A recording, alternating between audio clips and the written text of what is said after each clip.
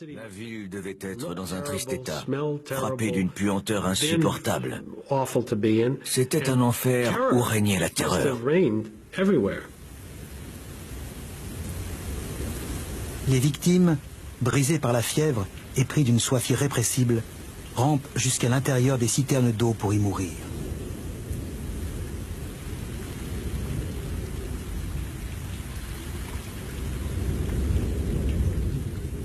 Thucydide assiste à des scènes déchirantes dans les rues. Les corps inanimés gisaient pêle-mêle. Des infortunés se roulaient dans les rues à demi-morts. Les hommes, atterrés par l'immensité de la catastrophe, avaient perdu le respect des choses divines et sacrées. La peste a eu des effets dévastateurs sur Athènes. Le tissu social de la société athénienne s'est désintégré. Les gens ne voyaient plus l'intérêt d'être vertueux. À quoi bon faire le bien puisque tout le monde mourait sans discrimination?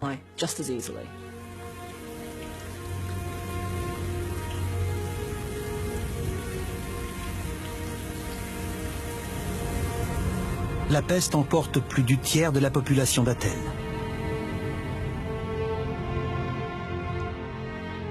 Elle frappe aussi l'homme le plus emblématique de la cité, Périclès.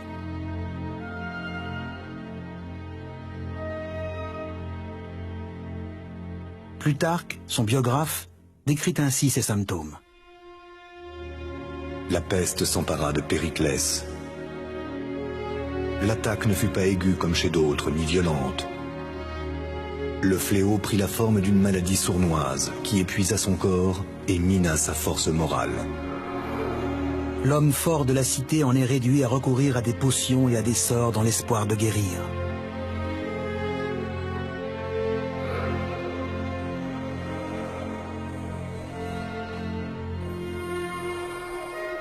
Périclès, recevant la visite d'un de ses amis, lui montra une amulette suspendue à son cou par les femmes, comme la preuve qu'il devait aller bien mal pour supporter cette sottise.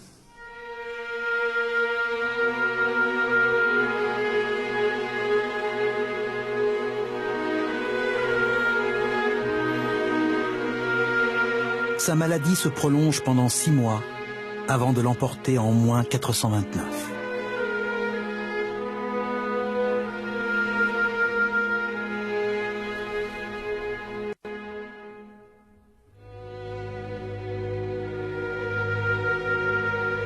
Périclès nourrissait l'ambition de faire d'Athènes la première puissance de la Méditerranée. Mais sa stratégie soigneusement planifiée n'a apporté que la désolation.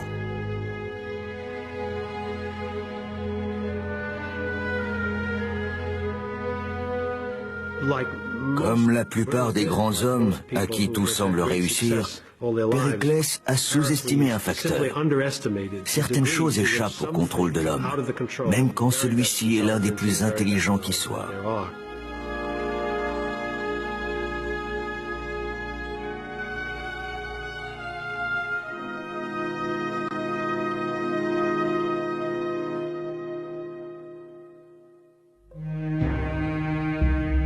Sa mort a des effets considérables. Il s'avère très vite que le bon fonctionnement d'Athènes reposait jusqu'à présent sur un seul homme, celui qui vient de mourir. Plutarque décrit les changements rapides qui s'ensuivent.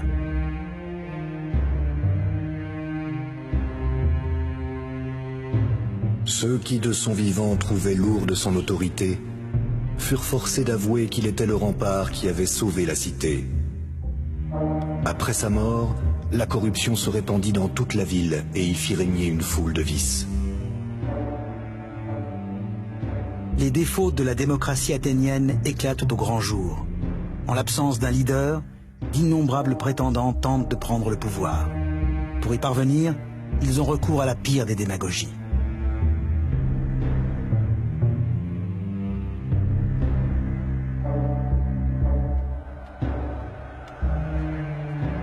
Pour flatter le peuple, les successeurs de Périclès, qui voulaient tous se hisser au premier rang, étaient portés à lui abandonner les affaires.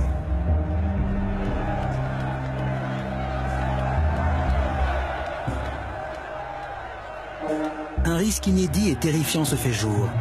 la démocratie athénienne menace de céder à la loi de la rue.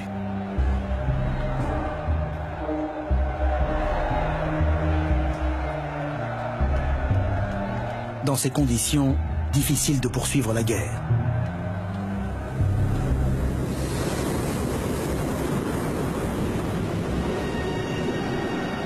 L'armée remporte pourtant une modeste victoire contre les Spartiates, sur une mer secouée par la tempête. À leur retour, les généraux athéniens, à la tête de la flotte, s'attendent à être accueillis en héros.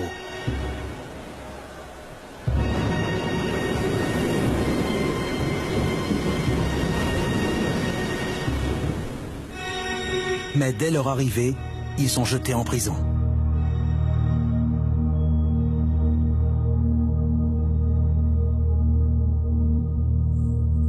La tempête les a forcés à regagner Athènes en toute hâte, sans recueillir les soldats tombés à la mer pendant la bataille.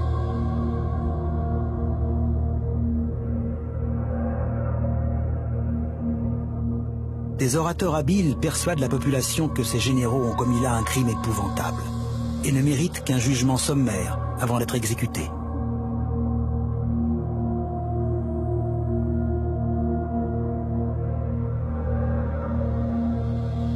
Selon les chroniqueurs de l'époque, un seul homme se dresse alors pour tenter de raisonner la foule, Socrate.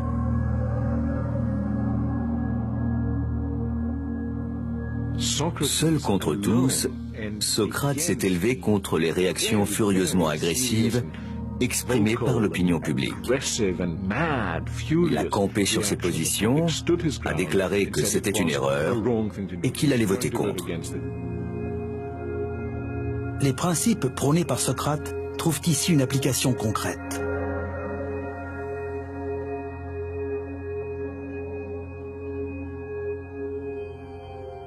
Il a refusé de se soumettre à quelque pression que ce soit et a continué à penser pour lui-même, à faire ce que lui dictait sa conscience et sa raison.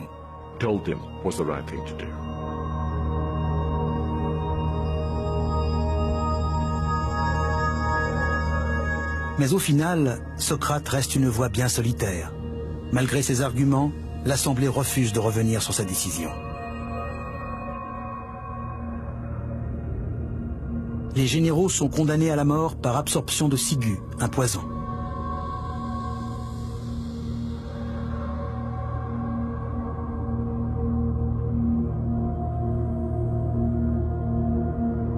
C'est une perte énorme pour l'effort de guerre athénien.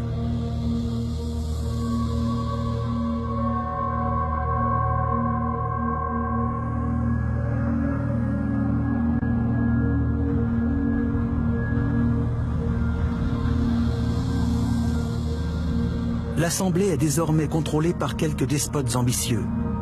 Et Athènes, loin de sa puissance d'antan, commence à se fourvoyer. Après la mort de Périclès, Athènes n'a jamais retrouvé un chef politique capable de développer une vision globale aussi mûrement réfléchie et de fixer des objectifs ayant des chances d'être atteints. La guerre contre Sparte dégénère en un conflit âpre et s'éternise sur plus d'une décennie. Les Spartiates saccagent les environs de la capitale. Seule la flotte athénienne permet encore de ravitailler la ville.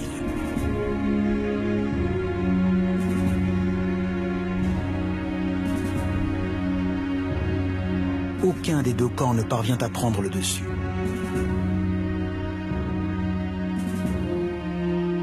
Privés de victoire, les Athéniens sont de plus en plus dépités. Après tout, leur État passe pour être le plus puissant de toute la Grèce. Il est temps à leurs yeux de prouver leur force une bonne fois pour toutes.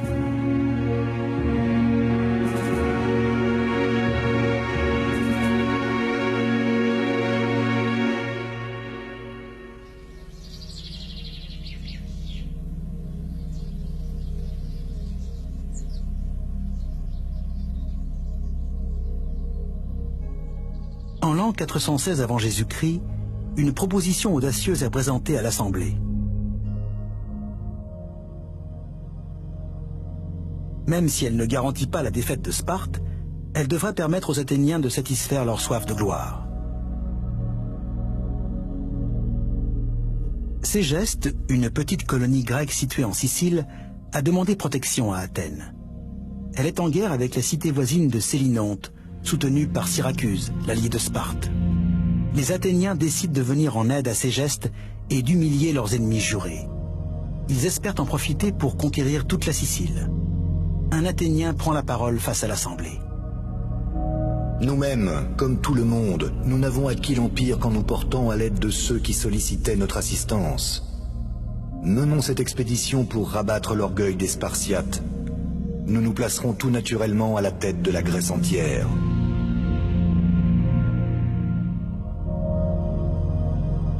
Le projet est ambitieux et demande des moyens importants.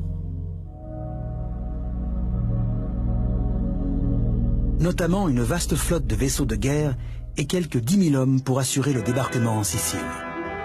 Les Athéniens se lancent dans l'aventure avec enthousiasme.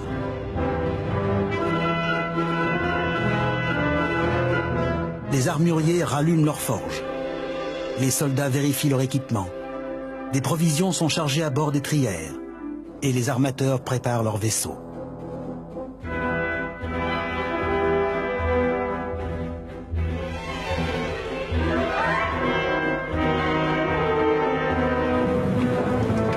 La puissante force d'invasion met le cap sur la Sicile avec tambour et trompette.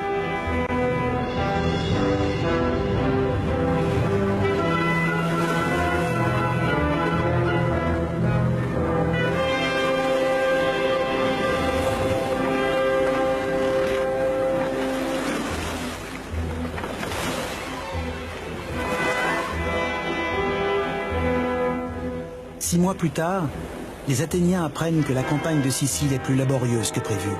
Il faut envoyer des renforts.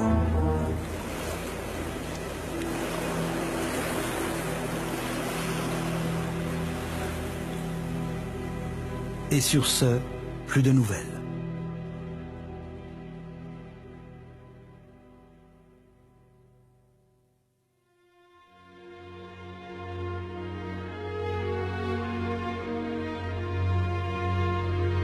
Jusqu'à l'automne de l'an -413. Un marin arrive alors à Athènes.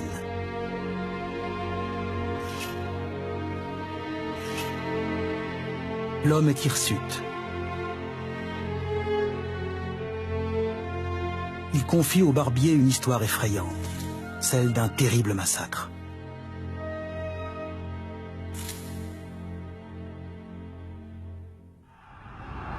Une armée d'envahisseurs mise en difficulté à peine débarquée. Des chefs de guerre incapables de se mettre d'accord sur une stratégie commune. Une pénurie progressive d'eau et de nourriture. Enfin, une tentative désespérée de traverser un cours d'eau pour prendre la fuite.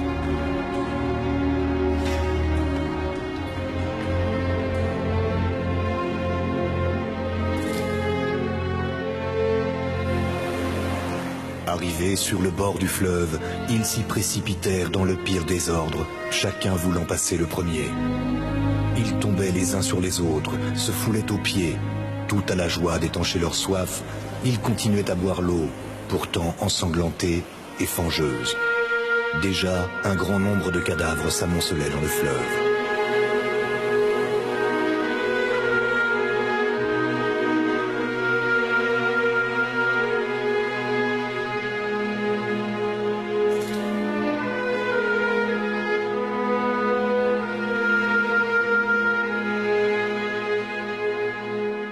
C'est ainsi que les Athéniens apprennent qu'ils ont été victimes de l'une des plus grandes défaites de l'Antiquité. Plus de 50 000 hommes ont été tués ou faits prisonniers.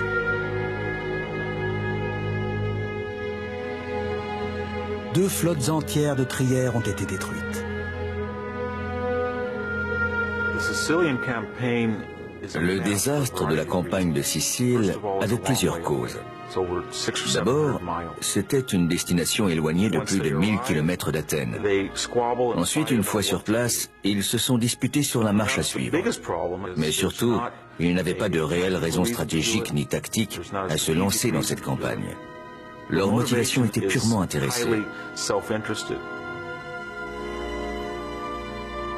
Aveuglés par leur rêve de gloire impériale, les Athéniens se sont engagés dans une campagne absurde et vaine. Ils ont cru à tort qu'ils pourraient débarquer rapidement, mobiliser les habitants, remporter une victoire éclair et gagner dans l'affaire un territoire prospère.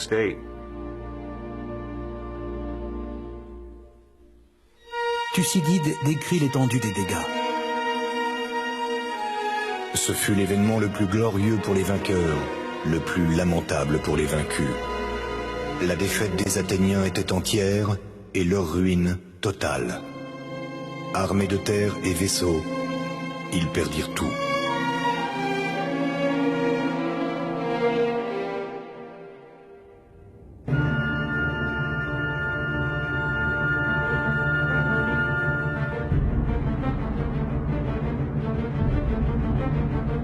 Le pouvoir militaire d'Athènes est sérieusement entamé, et ses ennemis l'ont bien compris.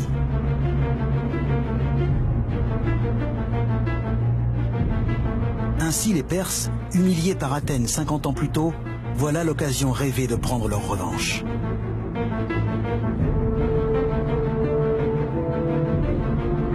Ils proposent leur service aux Spartiates. Les Perses observaient la situation attentivement. Ils ont décidé d'aider Sparte en lui fournissant de la main-d'œuvre pour ramer à bord de ses galères et construire d'autres vaisseaux. Sparte, qui n'a jamais été une nation maritime, dispose désormais d'une flotte financée par les Perses.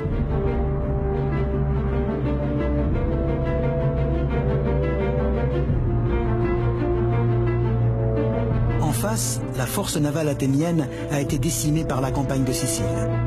Les Spartes organisent donc le blocus des ports d'Athènes. Les convois de céréales venus d'Égypte et des colonies grecques ne peuvent plus passer. Bientôt, la famine frappe la cité.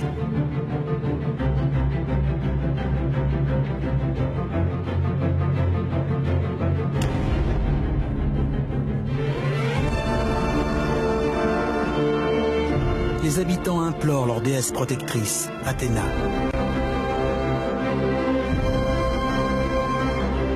Trente ans auparavant, au temps de l'âge d'or d'Athènes, Périclès avait fait construire un temple fastueux en son honneur.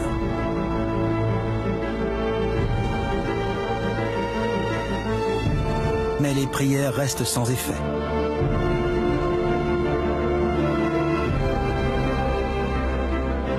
Le déclin d'Athènes est indiscutable. Sa population, décimée par la peste et la guerre, est assiégée et affamée. Les caisses de l'État sont vides et sa flotte, autrefois si conquérante, fait maintenant piètre figure.